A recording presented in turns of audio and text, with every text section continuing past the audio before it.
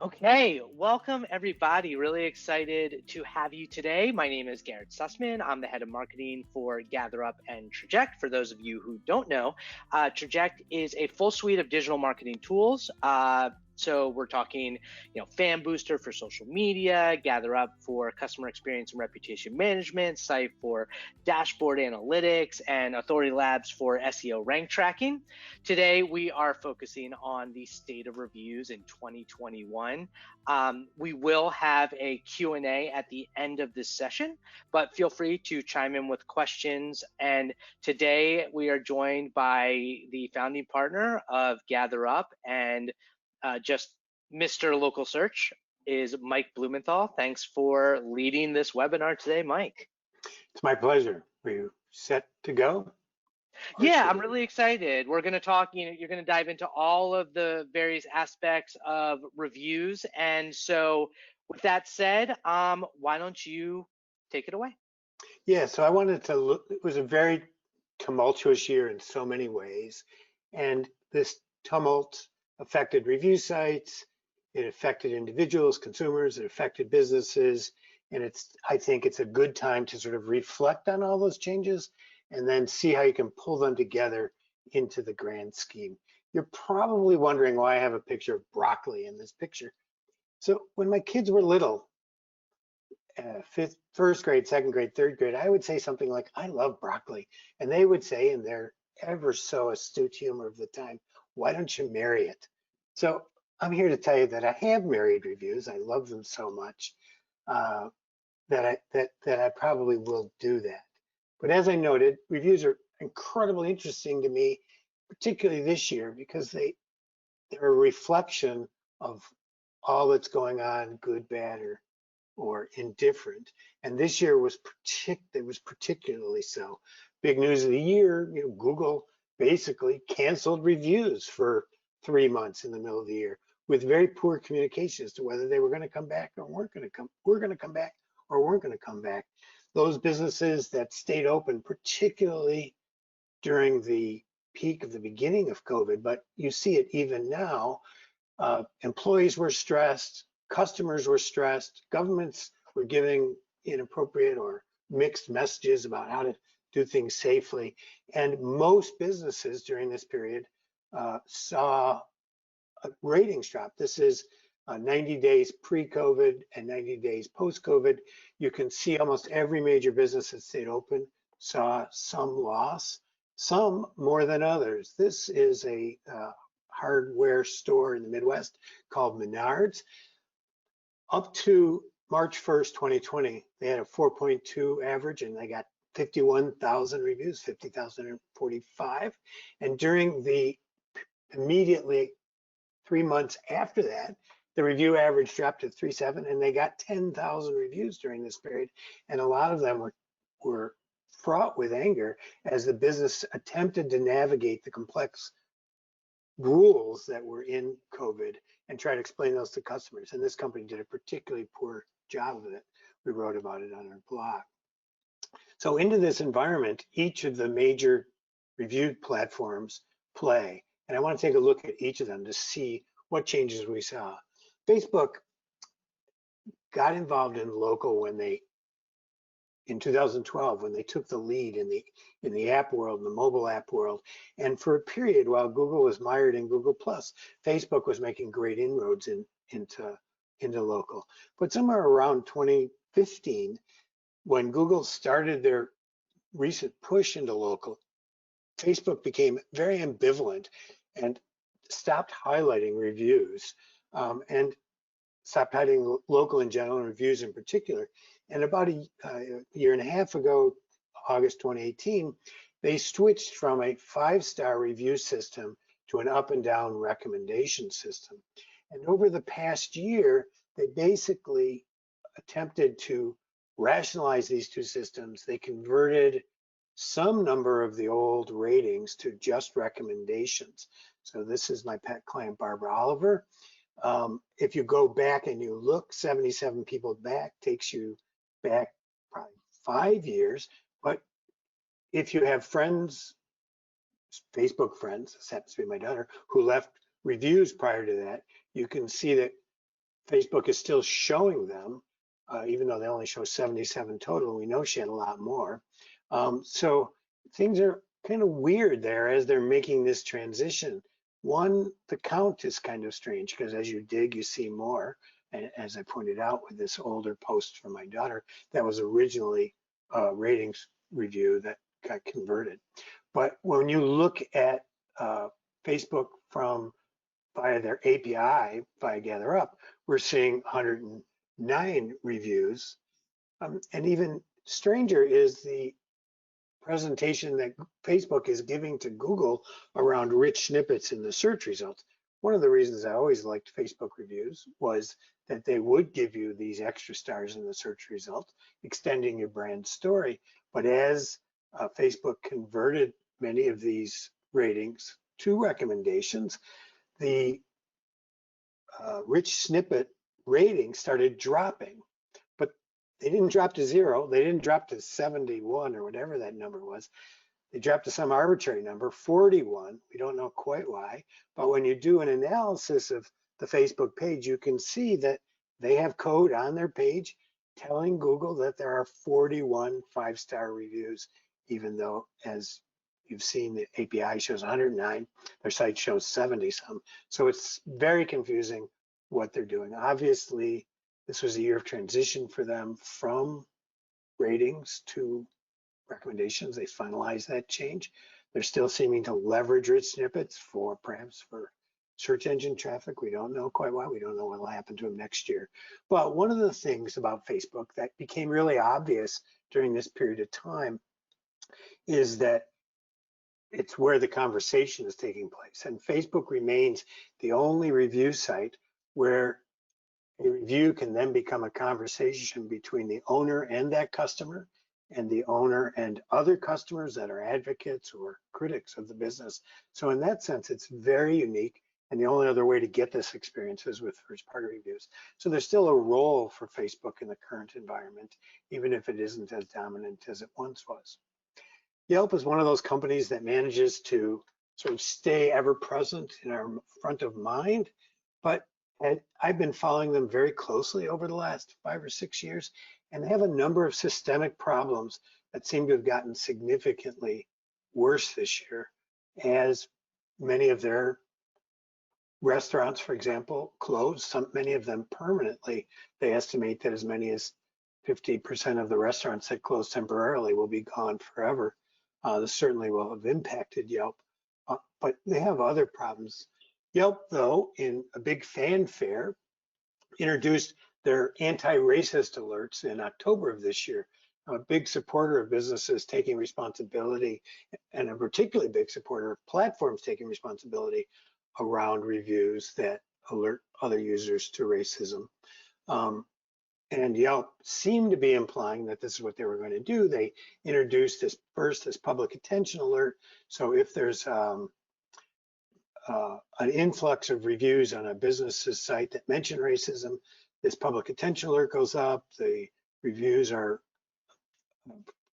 prevented from being left at that point. And then with research and media study, Yelp contends that they would then, if the business has been clearly identified as a racist business, Yelp then puts this red badge on their site for a period of time. So in theory, this sort of allows reviews to be used in a managed way to identify those businesses that are violating this incredibly important norm.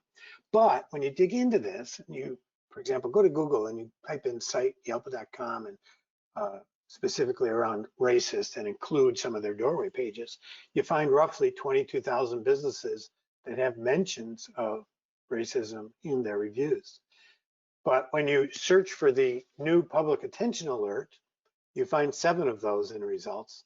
And then when you search for businesses that were accused of racist behavior, you find none of them.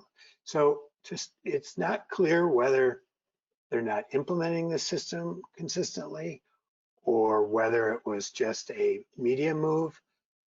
There is some potential for it, but they clearly made a lot of noise about it. I obviously am skeptical.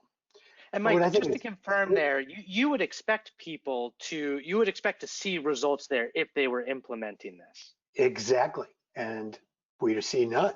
We only saw one in the early days, known case, and even that one disappeared. So we're not sure exactly what Yelp is doing around this, whether it was just a PR stunt or whether there's implementation issues that they haven't really worked out yet. So that's what Yelp thought was important. That was their big announcement for the year. What I thought was important, though, are more systemic issues. If you look at Yelp traffic trends over the last 4 or 5 years, you see they were going up until 2017. And starting in 2018, 2019, they started dropping, even though Yelp was reasonably successful at getting people to use their app. Their desktop and mobile web usage was dropping much more quickly than their app usage was increasing. This year, though, their drop was significant. Now, one could ascribe that to just restaurants being temporarily closed, but I think the problem probably goes deeper than that, and we'll see why.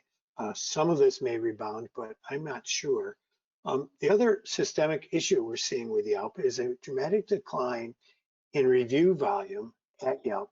Yelp depends on long form, somewhat snarky, detailed reviews. This requires a very specialized group of dedicated users who are willing to do this. And you see this group leaving, or not leaving fewer reviews, but those reviews are growing at a much slower rate. And this is a group that Yelp totally relies on. Given that many of the restaurants are closed, I think that some of these dedicated users will abandon Yelp. If they do, then more general consumers will abandon as well. It's hard to re-find people to do that work. Equally significant, though, is the impact we're seeing on local businesses from Yelp. Historically, Yelp has been strong, not just in restaurants, but in the traditional Yellow Page categories of the service industries, HVAC, heating, cooling, garage doors, siding, those sorts of businesses. And working with Peter Trost and Energy Circle, we took a deep dive into Yelp traffic, into several of the contractors that he manages. And this particular one, in a category that used to be very popular at Yelp, in an area that Yelp is very strong, their backyard, the Bay Area, we took a deep dive, and I think it's illustrative of many of the ones we looked at. This is a Google Analytics report of Yelp users from the beginning of the year till now. You see a 30% decline on the business website from Yelp, and are you seeing? Yeah. You don't see the second. Oh, you have seen the second. Under goal completion, yeah. Oh, there you go. Hang on just a second. Let me get back here. Well, they're not coming up, but if you look under goal completion, you'll see that. You see that's decreased 26%. Yeah, they're showing up there. There it is. I see. I'm blocked. That was my problem. Okay, sorry. So yeah, they decreased 26% there. So it's a pretty dramatic drop. And then though, when you go and you look at what happened on the website in general, you see that website traffic during the same period where people were staying at home, fixing their homes, grew from conversions or, actions, users grew from, or their conversions actually grew from 2,000 to almost over 4,000, a significant increase in users. Thus, Yelp has declined from about 5% of conversions down to less than 2%. And we're seeing this across every business. In some businesses, they've dropped to near zero. So they're facing incredible headwinds in the marketplace. We think it does not bode well long term. Yelp has a strong user base, though they will survive for a period. And regardless of what they do as a company, as annoying as they sometimes can be, they are very visible in Google search, and we know that Google looks at them for ranking signals, and we know that many users look at them for reputation signals. So they still have a And role to Mike, play. Yeah, go ahead. it's really interesting too, because to your point, they're in the Bay Area, and you would expect them to, perform well in the Bay Area. What recommendations? So, are people in rural areas probably not really using Yelp at all? Like, would you only care about Yelp if you lived near an urban environment or had a business near in a city? That's exactly what we see. Only major urban environments, and not too many in the Midwest. Like you don't see much Yelp in Detroit. You do see Yelp in Chicago, Dallas, Los Angeles, San Francisco, to some extent New York. Rurally, they have virtually no presence, virtually none. Buffalo, we saw them drop from a presence in 2014 of 3-4% to less than 1% now in terms of conversion. So absolutely, you're absolutely right. And then only if you're in, I would only pay a lot of attention to them if you're in one of these high value categories that they specialize in. Doesn't mean you shouldn't track them. You should. Doesn't mean you shouldn't pay attention to reviews there, but I wouldn't worry about them as much as we used to in the past. The other big news in the industry this year was the news that Apple was going to get into reviews. Was found in one of their beta products and reported on by 9 to 5 Mac, I think, one of these sites. Interesting, as Google or Apple, as they've done in Maps, as they've done in phones, has the potential and is currently driving a lot of traffic, and their own review system could have equal impact. We think that it's likely being done because they don't have enough general review sources around the world. One of the reasons Google originally got into reviews was Yelp did not expand internationally, and there weren't reviews available to Google. We think Apple has much the same problem with reviews around the And world. Mike, Oop, yeah, go to ahead. that point, to that point, currently, for those you don't know, Apple sources their recommendations, like on Siri, for instance, from Yelp reviews, right? From Yelp, from TripAdvisor, and a few other sources. But if I can see Yelp going down the tubes, Apple can see Yelp going down the tubes. And this is likely in anticipation of them getting more involved themselves, particularly internationally, but one would guess ultimately in the United States. But Apple moves, unlike Google, which is willing to throw tests at the wall and see how they work. Apple is very slow and methodical, as they learned with Maps. They can't release they're not in a position like Google where they can release immature products. They have to release mature products. And so this, in my conversations with Apple, they're very, very early in this. We have no idea where it's going to go. Certainly nothing to worry about in the next 6 months, maybe the next 12 months, but it's something to keep in your peripheral vision. The other question is, the many industry vertical sites. This is an example in a car dealer. These sites have value because many of them, at least in certain industries, for example, cars, like House in the construction industry, Thumbtack in the home services, these sites do tend to still generate a fair bit of conversions. In the construction, you might see as many as 15 or 20 or even 25% of your conversions coming from a place like House versus say 75% from Google.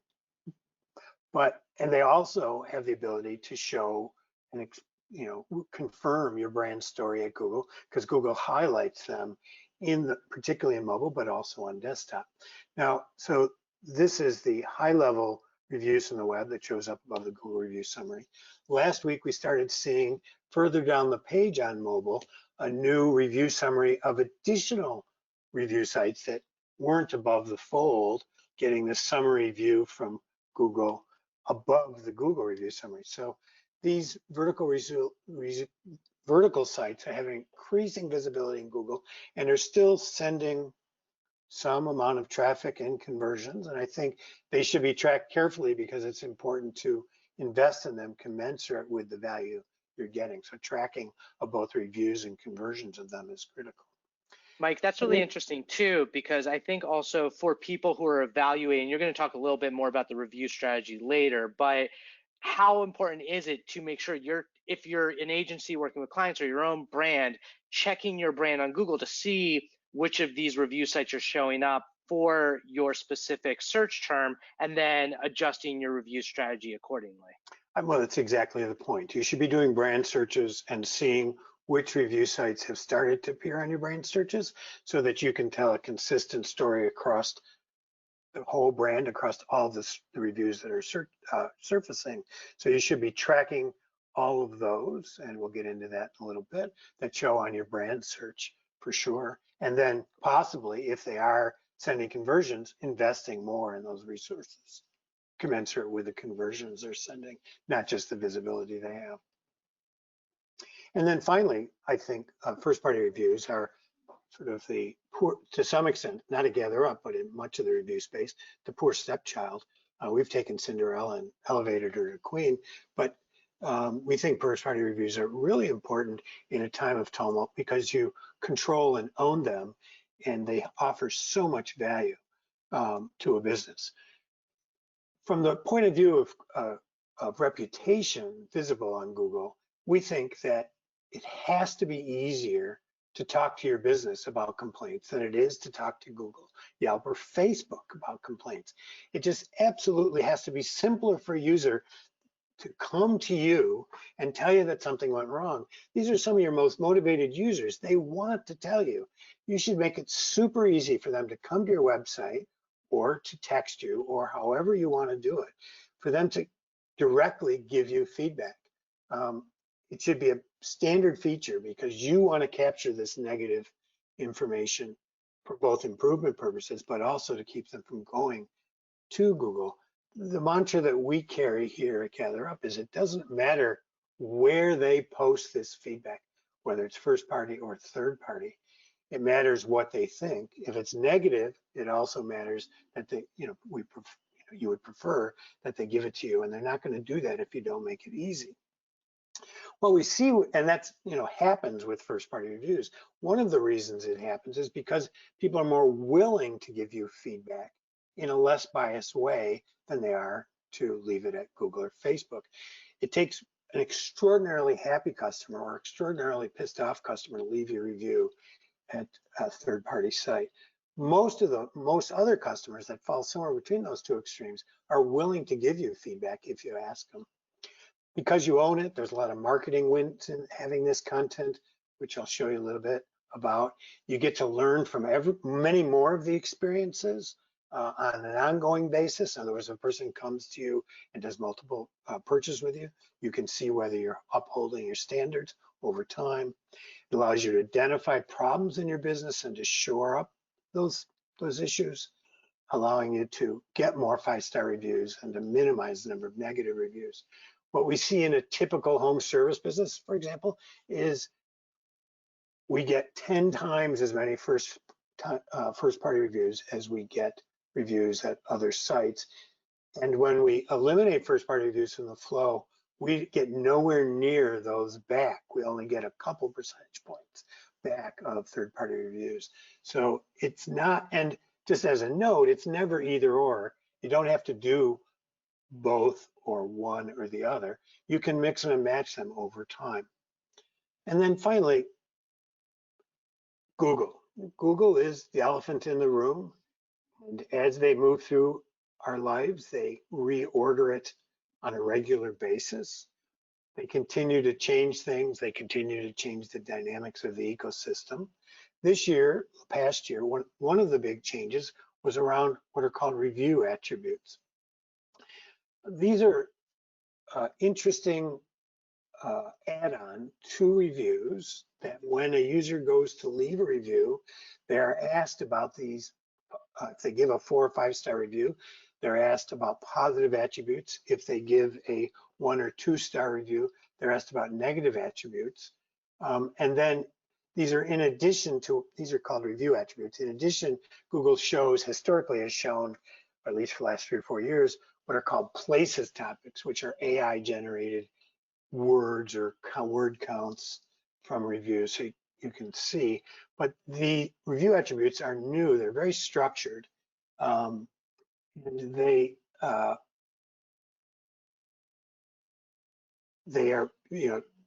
occur on your business, competitor's business, in a consistent way. And what happened in April we saw massive expansion of these to many, many types of businesses: jewelry design, day spa, insurance agents, auto repairs, lawyers, salons. Never had these before. Historically, they were only visible, at least from a year ago, they were visible in only pest control and home construction type things. So massive expansion of these. Why are they important? They're important because these review attributes are what are known as semantic triples. In the world of entities, the world of things, not strings, as the world of knowledge graphs and business profiles that Google has rapidly moved into, learning about these entities by understanding subcategories of information about them dramatically increases Google's ability to deliver search results. A semantic triple is taking information like review attributes and associating them with a business so that they can unambiguously make queries about this business and make reasoned decision about which businesses to show. So when you plot this logic of semantic triple onto the actual example of Leda Law, which was noted as having provided good value, that's an example of a semantic triple, and it provides incredibly detailed information to Google, and Google loves this extra structured data because they can reason about it. And what's interesting about attributes is that a number of things. One is that they are standardized between reviewers, right? They're no longer just random words. They're a fixed number of preferences, yes or no. Oftentimes, the words that are used in attributes are high intent. They can drive content. They can actually form the basis of a competitive analysis, and they can also be used for social proof and web content. The problem is that Google isn't surfacing them even in the Google My Business dashboard. We started to surface them at GatherUp in the dashboard, so we now collating them. And this is an example of using them for a standardized satisfaction metric. This is a large moving company. As you can see the positive and negative attributes over time as they move into their season in March. And then as the season goes on, still busy, but they're getting a lot more criticism than they were getting before. And this allows you to understand that. These attributes also provide high intent keywords. In other words, keywords that users are searching on that indicate they're ready to buy. Things like on time, clean, value, responsive. Searching for an electrician that's responsive, or an insurance agent that is low cost, is super high value searches. It also can provide content for your website that can then be mirrored back into search. So these attributes are incredibly valuable, and if you're in a category, you really need to be paying attention to them. If you don't have GatherUp, the only way to see them, you can't see them in Maps, can't see them in Google My Business, you can only see them in Google Search. You should check to see which ones you have. You can also use them to look at your competitors. And that's, Mike, that's really great too, because especially if you are a multi-location business, for instance, and you have specific locations that are performing based on these attributes that you're tracking. To your point, you mentioned the opportunity to practically go in and make sure that location is focusing on that aspect, improving, and then watching that over time. Exactly. And then in aggregate, making sure that your website reflects the things that you're doing better than your competitors or that you want to be known for, so that people are, when they come to your website, are learning about your capabilities as well. I'm curious real quick, just in terms of your speculation when it comes to rankings and these attributes, how they might play into being surfaced as a ranking factor on Google as a search query. So if someone's looking for, cheap or best or whatever, do you think attributes will play into that at all, or Google's not there yet? So when Google ranks an entity, a business, and they use reviews have two roles in that ranking. One role, or in that display, one role is relevance. does the business meet the query intent? We have long known that the words in the reviews are used by Google for relevance. Barbara Oliver, and sells a lot of engagement rings. She does well in that category and gets surfaced because of it. We know that they use those for relevance. So we also know that relevance increases, and the better your relevance, the more likely you are to not just show, but show highly. It's not a binary thing. We know that it affects that. So we suspect that this will affect it too. I'm going to talk a little just in a second about how reviews impact ranks. I'm going to leave that part of my answer for just a minute, okay? If you don't mind. The other introduction there is Google service category attributes. What are service category attributes? These are an interesting new feature. I'm going to play a little video here. So when you go to write a review in electricians, and you say that they're now asking if you use this business, Google is now asking you which service of the business did you use. Now these services typically can be retrieved by Google from the GMB, but they allow the user to identify which specific service they used. So in addition to the structured attributes from attributes, they're getting insight into the services and which of those services people did well or not. So you can see this as an increasingly granular understanding of not just the business as a whole, whether they provided good value or on-time delivery, but whether they were professional in their delivery of the specific job that they were asked to do. And in some ways, this so clearly demonstrates Google's approach to reviews. Google sees reviews like the electric company sees the water flowing over Niagara Falls. They see this massive amount of information coming over water coming over the falls as something to create positive electricity coming at the other end. The person at the top or the bottom of the falls wants to drink the water or go fishing. So they care about the specific, attributes of the water, whereas the electric company doesn't. Google, in regards to reviews, treats reviews much that same way. They don't care that much about the one review, that fake review that was left by a competitor. They care about the aggregate information they can extract from them. As I've noted, they love it. So just a quick refresher course. This goes back to your question about rank. With reviews, like I said, there are three things about local that Google uses in choosing to display a given business. Prominence, relevance, and proximity. Proximity is the location. You really can't control that. You are where you are. Relevance is, whether you meet the specific query to which the user has made. And we know that content affects that, and we think attributes will. Rank, though, or prominence, is a separate concept from relevance, although the two work together.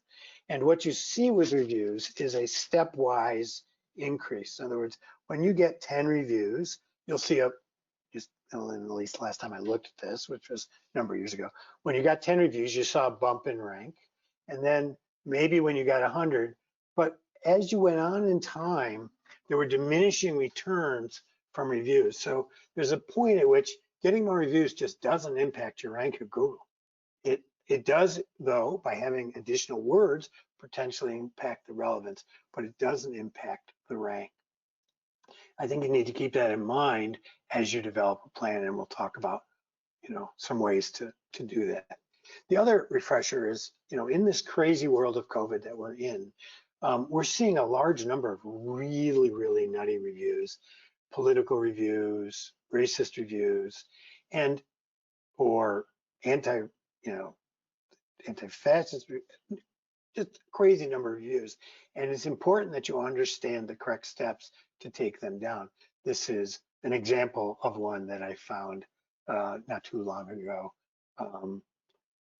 Great store until they decided to become communists. Not sure how they got to that logic, but it doesn't matter. So what's the best practices in terms of getting these wacko reviews removed? First is, don't bother reporting it in Google Maps. Google Maps is when you report something in Google Maps, any data there is only handled, is typically handled in aggregate by machine. It doesn't really, it has to be a really clear and obvious violation. It's not a very sophisticated, it sort of just takes the really bad foam off the top of reviews when reported there. So reporting it there is unlikely to result in a successful takedown. And the other critical don't is don't respond to this review initially. Google sees your response to the review as your acknowledgement that the review is legitimate when it really isn't. What should you do? The first thing you should do is go read the Google Terms of Service and understand that it isn't about truthfulness. They don't care whether that customer did business with you or not. They care whether they violated a norm that Google has established. Politics and rants, advertising, sexism, racism, those are all norms that Google will hew to and will take a review down for. So you need to understand those. Then when you're ready to defend the takedown, you go into the Google My Business dashboard for your business and report it there. That will be moderated by Google. At least a human will see it. Maybe not a human in the United States, but at least there'll be a person looking at it. You'll get an email back from them that they're looking, and then 3 days later, typically, you'll learn their decision, but at least there's a fighting chance in that. If it's rejected and you firmly and believe that it violates the terms of service, not whether this person was a customer of yours or not, but whether it violated one of the terms, then you can escalate via support. If support doesn't, and a lot of the support, particularly on Facebook, is US based. And then if that fails, you can take it into the forum with the articulation of how it violates the terms of service. If you don't want the review to show up in research results, then put the review on, say, a Google Doc and link to it from the forum so that it doesn't get indexed. And then if you've exhausted all of these, and we see probably a 20–25% success rate in these takedowns, maybe 30%, but enough to make it worth the effort. Only if all of these have been exhausted should you then respond to that review. And to that point, Mike, with the reviews removed, a big thing is always having proof wherever you can that it breaks the terms and conditions. That can even be, I think Ben Fisher said, that can be outside of Google. If you have any sort of proof, like if it's a ex-employee, or if it's a family member, if you show the proof, there's more likely to be removed, right? Yeah, although oftentimes they won't consider it. It has to be in the review content itself, but it certainly doesn't hurt. You just understand it. If it's in the review content, your chances go way up. If it's outside the review content, you're less likely, but certainly good to have it. So, as you've seen over the years, Google has certainly eaten the head of local. They've dominated Yelp, Facebook, prior to that, City Search, Yellow Pages, Super Pages. And they've dominated at least the top level of, the local search ecosystem in terms of Facebook and Yelp. And you need to also understand that Google doesn't have your business's interests at heart. They have their interests at heart, and they will take actions that will seem to you inappropriate or wrong. You just have to understand that they're not that worried about you. They're worried about them capturing more ads, more dollars, more data. Some people contend that Google is, looking to rule the world. That could very well be true, and they see Google as stealing their traffic. For now, at least, Google is sending a lot of free traffic. Reviews are easy to work with at Google. And I think that as you think about developing a review strategy, you need to sort of understand the volatility of Google and put it in the greater context. And as this saying from Norway goes, which is there's no such thing as bad weather, there's only bad clothing. I think that's true with reviews. There's no such thing as a bad review, only a bad plan or bad strategy. Your review strategy, I don't know how many of you have seen this sort of purchase intent funnel where consumers sort of develop awareness about wanting a product. As they move down, Google shows them local search results. They have increased intent. They make a decision between you and the next business, often based on reviews. But then after the purchase is when you can develop a relationship with these people. You can get them to repeat their interaction with you. You can develop loyalty, and that increases your dollar volume. It's a very critical part of customer experience. And then if you have a really good relationship with these people, they can become your advocates, help leave reviews that other people see. And so this positive customer experience and their willingness to leave reviews will continue to drive sales in sort of an infinite cycle of increasing sales that we think is very powerful. So what does a plan look like that speaks to this strategy of developing that loyalty and that advocacy and evangelism? GatherUp, well, firstly, most plans for reviews kind of look like this. But in this rapidly changing landscape, dynamic landscape, we think it's important to take a step back and to develop a more sophisticated plan. The plan needs to cover things across the spectrum of where reviews impact your business. Where do you ask? Why do you ask there? Which ones do you monitor? What management insights can you gain? How can you improve so that that customer experience can continue to improve? What can you learn from reviews to do that? And then once you've got these reviews, how can these reviews fuel your marketing in new ways? You've already gotten to the trouble of getting reviews. How can you then leverage them? So let's look at these individually to develop your plan. So the first part is marketing them. We've written some blog posts on this. Reviews can really multiply your marketing efforts. You can take all the reviews you got directly or through Google. You can summarize those for social proof on your site. You can display them, stream them to your site. We think they're very powerful for social proof.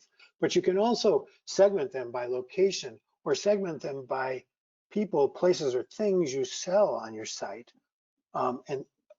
as well, and share them on social media. For example, in terms of this segmentation, GatherUp, we now have the ability to auto stream topically relevant reviews so that you can set up a tag in our system that says, look for all the reviews that mention wedding bands, wedding rings, engagements, and engagement rings, and put them on the engagement ring page, automatically keeping your page updated. This is one of the biggest problems small business websites face, is not having content fresh and ready, not having social proof. With an automatic stream, you get that. The other is, you've got these reviews that you've been asking for the last 4 or 5 years. Why leave those to gather dust on the shelf? Why not dust them off, turn them into incredible looking social content, and share them? Again, this is something you can do manually, or you can have it automated and GatherUp. We think it's a very powerful way to continue to get value from reviews as you move forward and leverage them in your marketing. So now let's look at what things you need to think about managing. Managing is the part where you think about reviews in terms of business improvement and customer experience. I mentioned this particular insight into what was going good and bad and the change in those, but this was fairly coarse. We put this into Excel and did a cross tab on it. And what we found was that as things declined in May and June, what was the specific problem? And what we saw was that professionalism and responsiveness declined. So we're able to, and then we, as Garrett pointed out earlier, able to go into the specific locations and figure out which ones were contributing greater to that problem than others. We had one business in the restaurant world that created what they called quote unquote Chipotle report, where they were looking for indications of food poisoning every day to make sure that they weren't having a problem. So reviews can be really powerful in driving management change, improvement. You can also respond to users at scale. Tremendous value. And then finally, gathering, which is sort of where the rubber meets the road in the review world. Where do you ask? Why do you ask there? How do you ask? Which sites do you monitor? Let's deal with that question first. Which sites do you monitor? You should obviously monitor Google reviews. And if you're in a category that has attributes, those 400 or so categories. You want to be monitoring review attributes. Like I said, right now, Google is not monitoring those for you. You either have to do it manually or through GatherUp. Google Q&A, surprisingly, despite its name, often includes reputation information. Google GMB does do some monitoring of that, as do some other products on the market, GatherUp included. Yelp is still, oh yeah, go ahead. Yeah, quick question from Christina. She wanted to know, and I don't think Google's transparent about it, but is there anywhere where we can see a list of all the Google attributes for an industry? For instance, she's with a law firm and would love to see the attributes Google has for lawyers. I know GatherUp tracks them, but Google doesn't have an actual list out, do they? No, I think in my blog post, I did, somewhere I have a list of the different ones we've seen, and I can dig it up. If you remind me, Garrett, we can either do a post about it, or if Christine emails me, Mike GatherUp, I can send her the different ones. They're pretty standardized by category. I mean, in any one category, you can easily go and try to leave a review. You'll see what they are.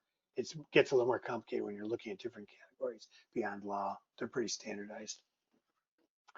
Cool. Yelp, clearly a site that affects your brand story at Google, can affect your rank at Google. We think it's important to monitor Facebook recommendations because Facebook is so heavily used. You want to be sure you know what's going on there. The BBB in many states is very heavily trusted, particularly in the Midwest and the South, where there's fewer government regulations. People rely a lot on the BBB, and you want to be sure that you don't have negative reviews there. And then, as we talked about, these vertical sites in your industry that show up on your brand search should be definitely monitored. And we think direct customer feedback should be in this list of things that you're actively tracking, reading, understanding, parsing, managing, marketing with. If you monitor them in a system, you then have access to them later for all these additional tasks, either at an individual location or at scale. How to ask becomes really essential to the success of this, part of the program. Certainly, there's a lot of details involved, but what we find at GatherUp to be the most successful is a personal ask at the time of interaction, followed up with an automatic, feedback at the end.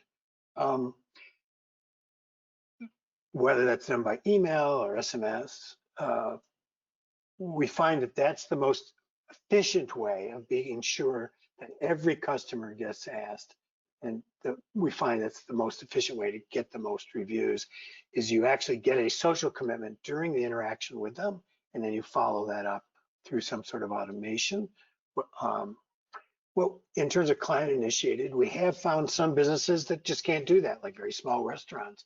Well, in that case, then you'd want to use something like our text back system, where the waiter can then tell the customer to just point their phone at a QR code on the wall to initiate the process. So you have to really think hard about the flow in your business. Can it be automated? Is email or SMS better? How are you going to integrate the personal ask? Can you automate it?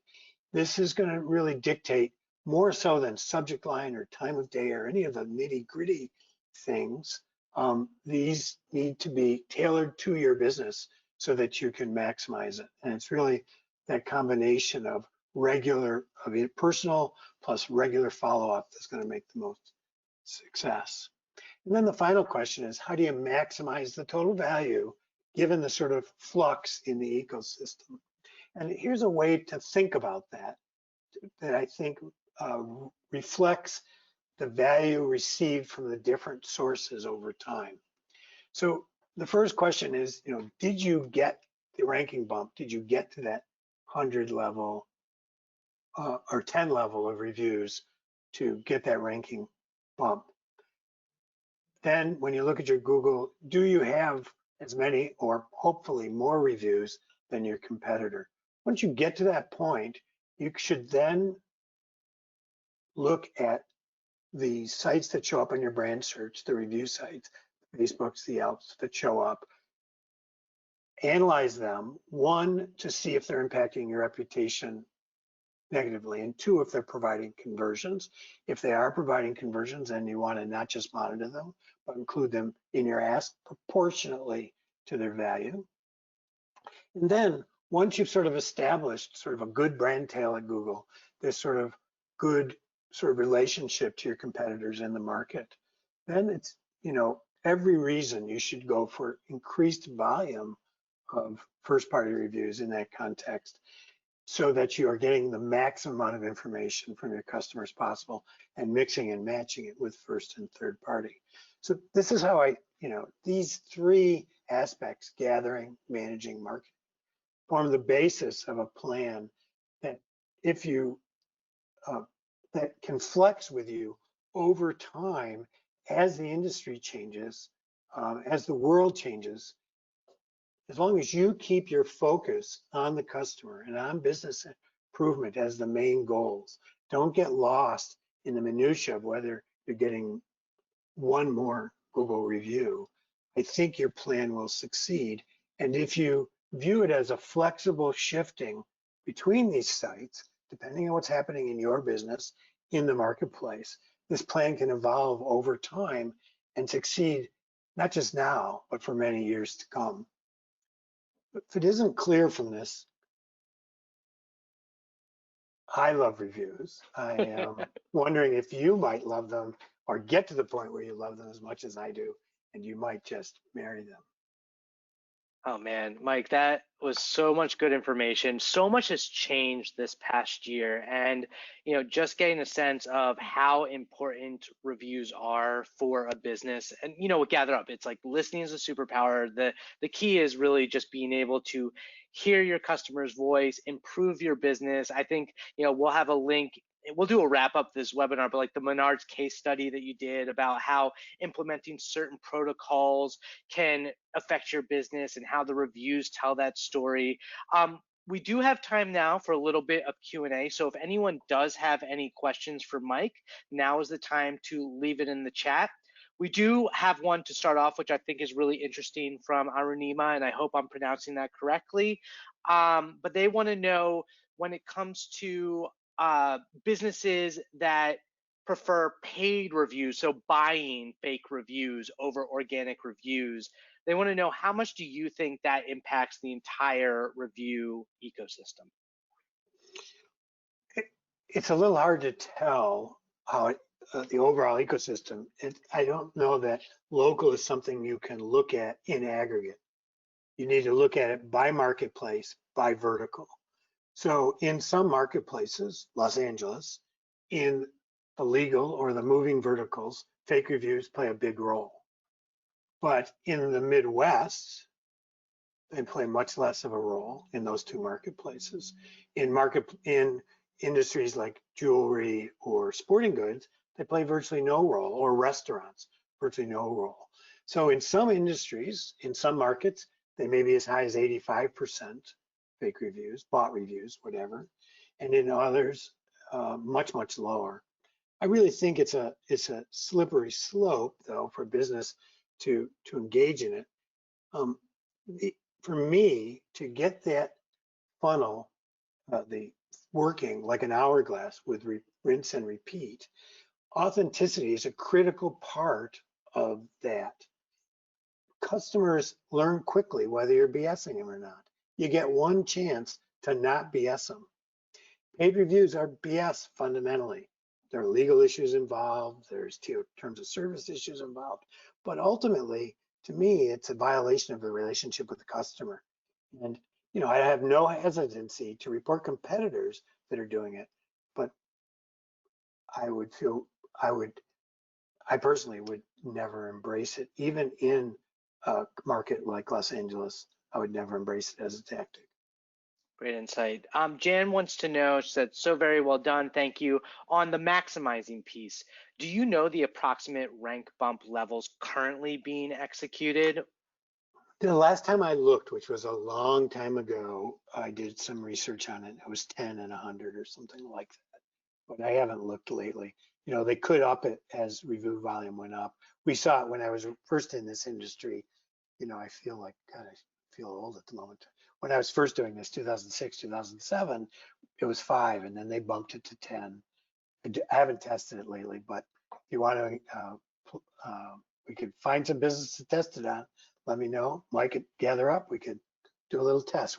I'd be willing to do a few fake reviews for that knowledge.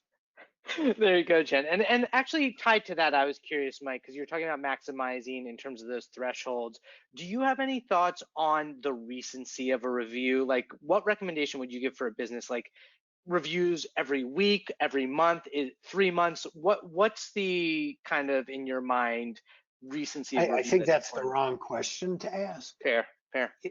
In that it focuses on the wrong thing. Every bit, like a lawyer might only have one customer a week, Mm. but a big busy restaurant might have 1,000 customers a day.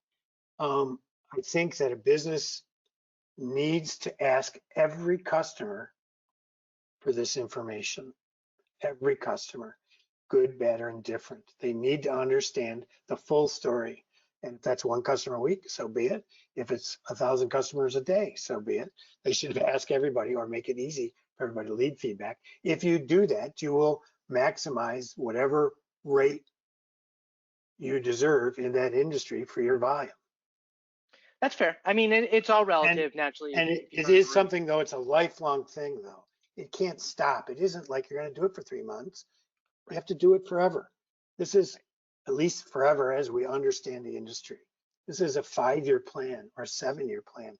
This is about the success of your business as a partner with your customers. And, fresh reviews show that you have a heartbeat to Google, shows your customers that you are still as good as you used to be or better than you used to be. And I think that consistency over time is important. So I think you just need to view longevity as part of the plan. And the only thing I'd say to that is on the agency side of things, that's a selling point if you're offering reputation management services, that it's not a 1 month project and you're done. It's an ongoing service that you're offering to your Right. clients. Absolutely. And as I pointed out, like with Barbara Oliver, we started in 2008 with City Search and Google. Right. In 2010, I think we added Yelp. In 2012, we added Facebook, and then we dropped off from Yelp. So it changes over time and place as well. But Great. it's a So long-term Jacqueline, thing.